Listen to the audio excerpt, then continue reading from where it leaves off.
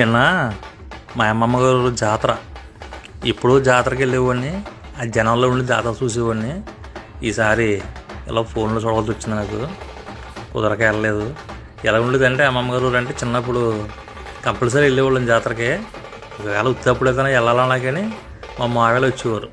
అక్కడ చూస్తానికి వస్తే వాళ్ళతో పాటు వస్తాను మాయవ మర్రు అంటే వాళ్ళు ఏం చేసేవారంటే మన దెబ్బ తట్టుకోలేక వీడిగా ఆడింగ్ ఉండే రకం కాదని ఆ రోజుల్లోనే రూపాయికి 2 రూపాయలకు నన్ను కొనేద్దామని చూసేవారు. నాకు లంచం ఇచ్చి మనం ఏదైనా తక్కువ వీళ్ళు ఇచ్చిన రూపాయి 2 రూపాయలు జైలు పెట్టేసుకుని అబ్బాయి మళ్ళీ వస్తానండి వాడిని.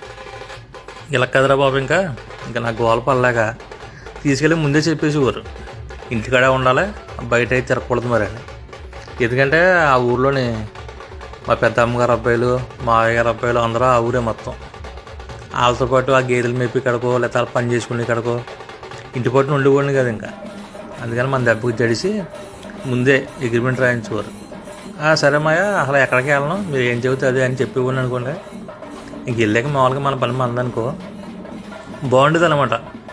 ఆ గోదావరి లంకల్లో గేదెలు మేపుతానికి వెళ్ళేవాళ్ళం. స్నానాలు చేయటం మెయిన్ కాలువల్లోనే, గోదావరిలోను. సిరగడ్డ పిల్లి అనమాట. ఆ ఊళ్ళో చెరువు ఉంటుంది, ఇప్పుడు పాడైపోయిందిలే చెరువు. మా చిన్నప్పుడు చాలా బాగుండేది. తానానికి దిగితే మళ్ళీ మళ్ళీ ఎక్కించేవారు మమ్మల్ని, రండ్రా బాబా టైం అవుతుందరా అని. అంత బాగా ఎంజాయ్ చేసేవాళ్ళం మా చిన్నప్పుడు. అమ్మమ్మ ఊరు అంటే